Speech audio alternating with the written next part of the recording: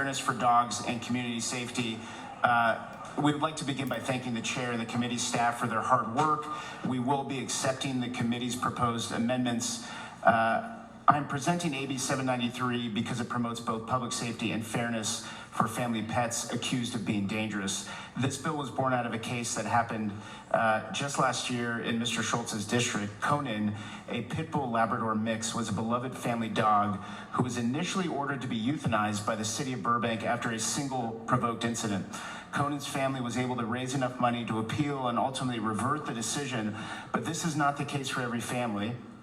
Conan's case attracted considerable media attention and brought to light the ambiguity and the lack of definition in state code, which often leads to irreversible and life-altering decisions for our pets, such as euthanasia, without the confidence of a thorough and equitable process. There's a critical need to update current law to ensure we reach well-informed decisions if euthanasia is necessary or if terms and conditions of pet ownership would be reasonable to protect public safety. By introducing a clear and convincing standard recommended by the American Veterinary Medical Association, this bill ensures that decisions are made with greater care and accountability. AB 793 additionally brings much needed consistency to these proceedings by defining key terms such as provocation so that dog owners receive fair treatment and needed information. Accurate and fair euthanasia decisions are essential to protect families from unnecessarily losing dogs they consider family members, especially when terms and conditions would have provided sufficient public safety. In conclusion, this bill aims to protect families and pets like Conan's while ensuring our communities remain safe. Since the bill's introduction, we've made several concessions in response to opposition. Mr. Schultz and his office look forward to continuing constructive conversations with opponents during recess should this bill pass through committee. It's received bipartisan support and no votes. And joining me today is Nick Sackett with Social Compassion in Legislation, who sponsors the bill. Respectfully ask for an aye vote. All right. Thank you. The floor is yours. Good afternoon, Chair and members.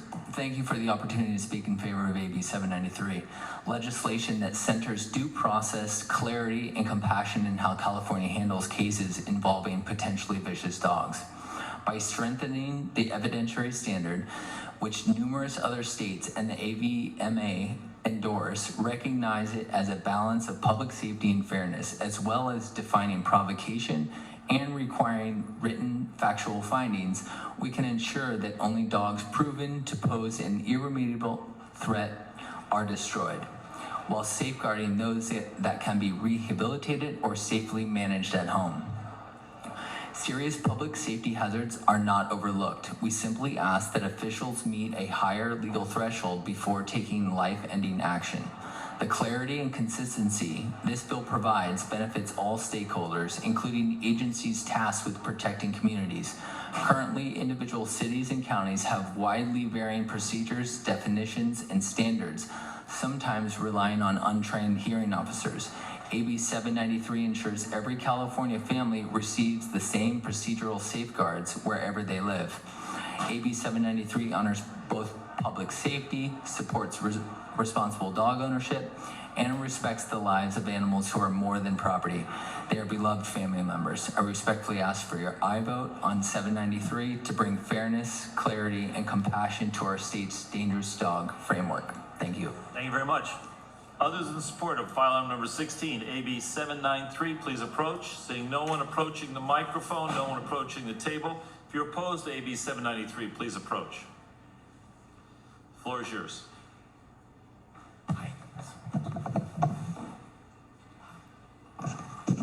Good afternoon. I'm Eric Anderson, representing the California Animal Welfare Association in opposition to 793.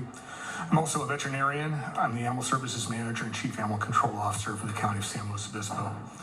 California's current vicious dog codes were established to help agencies such as mine protect the public from dangerous animals, and these codes do work. And a clear need to revise them has not been articulated. Examples of dogs being needlessly euthanized have not been presented. And while there are some examples of individual animals and designations have been reversed on appeal, that's not an indication that the system is flawed. It's an affirmation that it works. That said, Cal Animals does not oppose reasonable revisions such as those proposed by the judiciary staff. However, AB 793 establishes a labyrinthine set of criteria and procedures which greatly complicate the process of securing potentially dangerous and vicious designations. This is a potential confoundment to the administrative hearing officers who often preside over these cases. It places an additional procedural requirement on those jurisdictions which conduct vicious designations under the authority of their municipal codes and will result in substantial time burdens on staff and increased costs of operation. The bill also opens the potential for appeal processes beyond what's already provided in the current code, and this creates the potential that shelters will have to house and maintain dangerous animals for the months, if not years, that those processes take to play out. While the bill focuses on pursuing terms and conditions for vicious dogs, it places the public safety at risk by failing to take into consideration the dog owner's ability and willingness to implement or abide by the imposed restrictions. Lastly, it's particularly unclear on whether or not a provoked dog is subject to regulation. The section of 793 that details the regulation of provoked dogs contains circular and self-canceling language that seems to preclude which seems to preclude it from actually being applied to those dogs whose actions were provoked. The net effect of AB 793 is to shift the focus of our vicious dog codes away from the protection of public safety in order to preserve the individual concerns and interests of the arresting animals or owners. That's not how we protect Californians. Thank you. All righty, thank you very much. All right, others who are opposed to AB 793, please approach the microphone. Good afternoon, Mr. Chair, members. Karen Lang on behalf of the Board of Supervisors of Siskiyou and San Luis Obispo County in opposition, as well as California Animal Welfare Association, which represents all the shelters in the state. Thank you. Thank you. Clifton Wilson on behalf of the Fresno County Board of Supervisors with the position of opposed unless amended. Thank you. Mr. Chair, members, Jean Hurst here today on behalf of the urban counties of California, as well as the Ventura County Board of Supervisors in opposition. Thank you. Mr. Chair and members, Betsy Armstrong on behalf of the County Health Executives Association, representing local health departments in an opposed unless amended position. Thank you. Lee Camrick with the Rural County Representatives of California, also in an opposed unless amended position. Good afternoon, Chair members. Ross Buckley on behalf of the City of Sacramento Post. Marcus Huge on behalf of the Los Angeles County Board of Supervisors, opposed unless amended. Thank you. Connor Gusman on behalf of the California Teamsters in opposition. Thank you. Thank you. All right. Others in opposition, seeing no one else approach the microphone, let's bring it back to committee for questions by committee members. Are there questions by committee members? Seeing none, yes, Senator Laird, yes. I'm really sorry, Assembly Member, because you took this over from somebody else.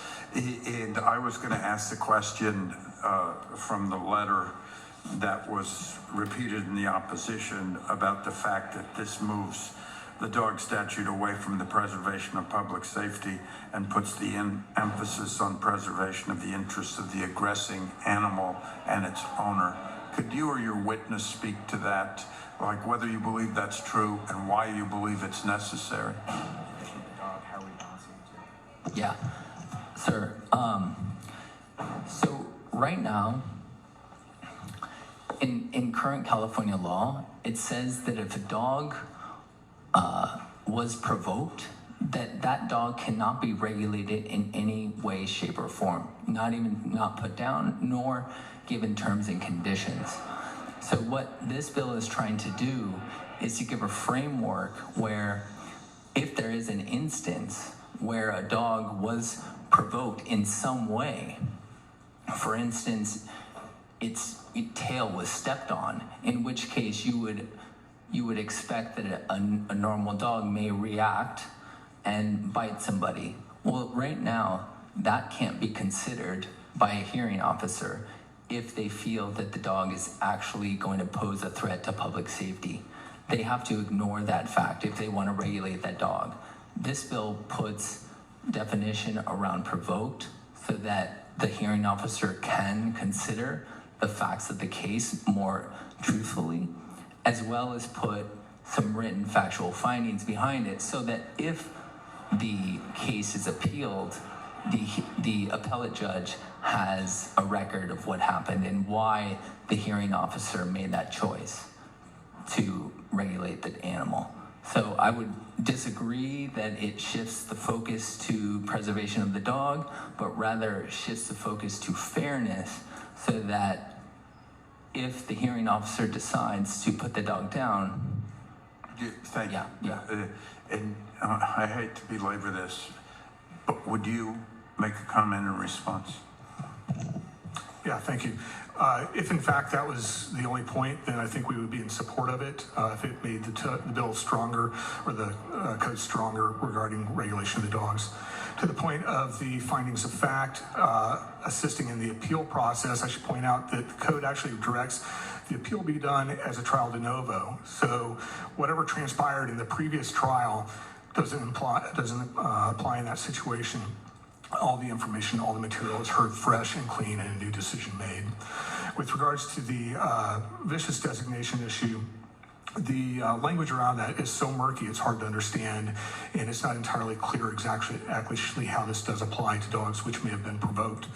There is some indication that that may actually even be excluded. It refers to Food and Act 31-626, I believe, and an inclusion in there indicating that those are the sections which are exempted from this, and the word provoked is actually in that section 31-626. So the provoked dog section says dogs which are provoked aren't subject to the provoked dog section. Thank you. And then to the author for the hour. Is the author going to continue to work on these issues? Yes, he is. Mr. Schultz has said that he's going to continue to work after this committee through probes to get it right. And you'll recount to him all the testimony? I will. I verbatim, absolutely. Oh, I want to be there for that.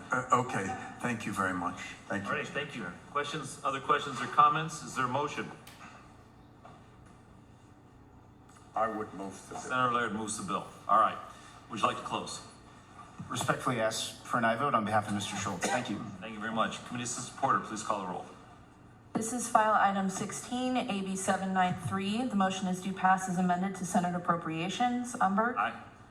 Umberg, aye. Nilo? Allen? Ottergein? Ashby? Caballero? Durazo? Laird? Laird, aye. Stern? Valadares? Wahab? Weber Pearson? Wiener? Ottergein, aye. 3-0.